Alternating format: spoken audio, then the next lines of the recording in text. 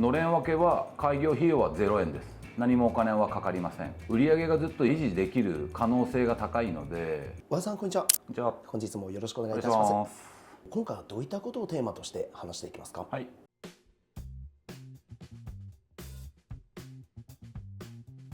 今回はのれん分けとフランチャイズの内容について話したいと思います。はい、よろしくお願いいたします。こんにちは。このチャンネルではラーメン業界で独立を目指す方やフランチャイズを検討している方に向けて成功の秘訣やノウハウをお届けしています。初心者でもすぐ実践できるポイントを具体的に紹介しますので最後までご覧ください。またこの動画の内容やラーメンフランチャイズについてさらに詳しく知りたい方は概要欄の公式 LINE からぜひお問い合わせください。それでは早速始めましょう。では和田さん、早速ではありますが、こののれん分けとフランチャイズの基本的な理解の部分から聞かせていきたいんですけども、のれん分けというのは具体的にどのような仕組みなのかというのを簡単に教えていただくことは可能でしょうか？のれん分けは弊社の元社員ですね、店長が独立した形をのれん分けって呼んでまして、長く店長で頑張ってくれたのでご褒美的な卒業じゃないですけど、店長も先の目標を何か与えたいなということでのれん分けっていう制度を作りました。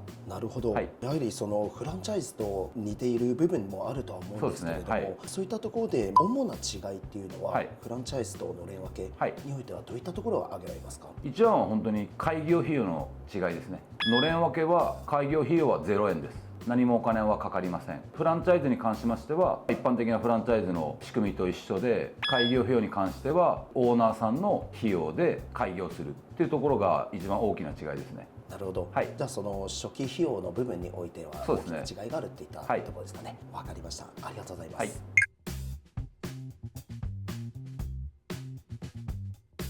で和田さん、のれん分けのメリットもしくはそのデメリットといったところについてお話を伺いたいと思います。のれん分けを選んで独立することのメリットにはどのようなものが挙げられますでしょうか？まずメリットに関しましては、もともとのれん分けの店舗は弊社の直営店舗からの切り離し移行ですねという形でやってますので、一番のメリットはもともと売り上げがある。例えばですけど長いところで5年とかもともとうちの直営店舗で営業してますので、売上高がしっかり見えるというところで、例えばその後にのれん分けに移行した場合でも売上は維持できますので、大きな失敗がまずないっていうのが最大のメリットですね。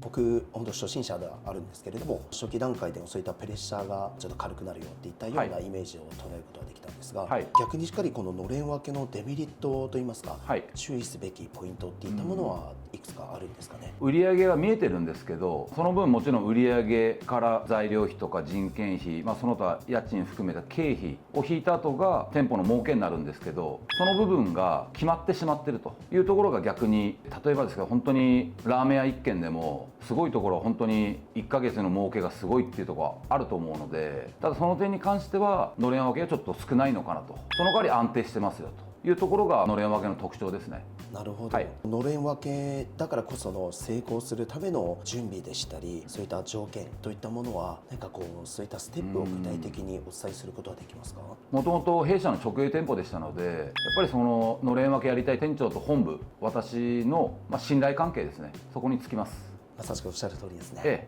ありがとうございます。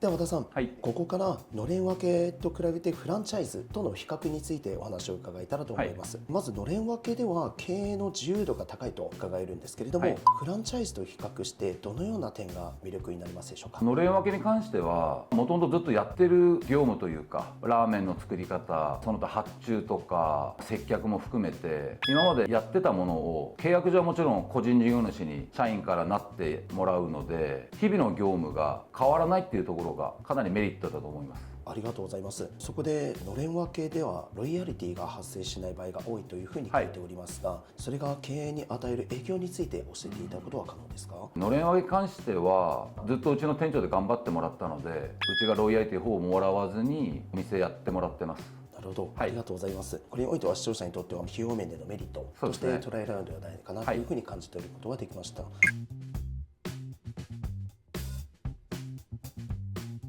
フフランチャイズのサポート体制というのは未経験者にとってどのような利点があるのでしょうか？フランチャイズで今うちが13店舗あるんですけども、半分以上の方が飲食も未経験という方が今やってまして、その方のサポート体制としまして、弊社が今17年間ずっとラーメン屋を経営してまして、その中で現在も弊社が雇ってる社員、直営店舗ですね、それも今実際にありますし、なのでそういう中でさまざまなサポートはできると思います。かしこまりました。ありがとうございます。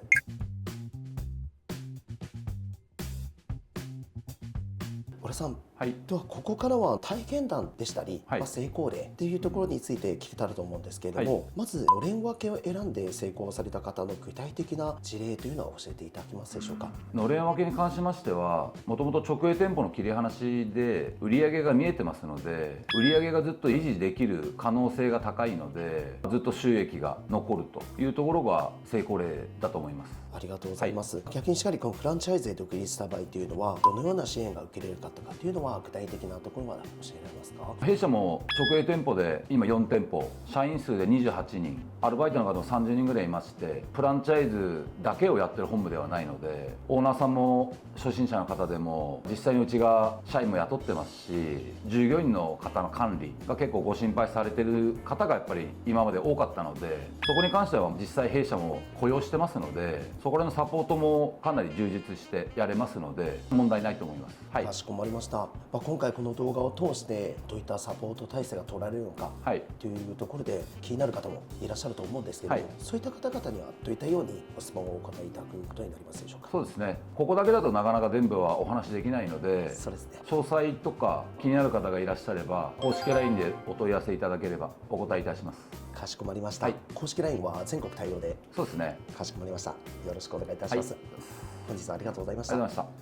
た。いかがでしたか？今日ご紹介した内容が参考になれば幸いです。これからラーメン業界で独立を目指したい方、またフランチャイズを通して安定した経営をしたいとお考えの方、私たちのフランチャイズモデルでは初心者でも安心して始められる手厚いサポートをご用意しています。仕入れ方法や店舗運営、採用、集客まで全てをサポートするシステムが整っています。まずは概要欄の公式 LINE からお気軽にお問い合わせください。無料相談も随時受け付けています。またこのチャンネルではラーメン業界での独立や成功に役立つ情報をたくさん発信していますので、ぜひチャンネル登録と高評価をよろしくお願いいたします。ラーメン業界で夢を叶えたい方、次回もお見逃しなく。それではまたお会いしましょう。